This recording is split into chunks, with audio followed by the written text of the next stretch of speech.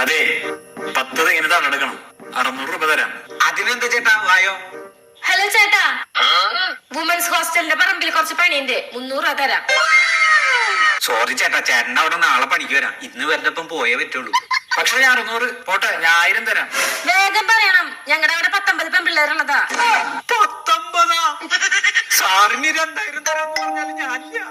പക്ഷെ ഒരു കാര്യണ്ട്, ഉച്ചക്കലത്തെ ലഞ്ചും വൈകിട്ടത്തെ ചായയും ഞങ്ങൾ പെൺപിള്ളേരെ കൂടി ഇരുന്ന് കഴിക്കേണ്ടി വരും. അതിന് പ്രത്യേക പരിഗണനയൊന്നും കിട്ടില്ല. ഇതൊക്കെ ഒരു പ്രശ്നമാണോ? വാ പോവാം.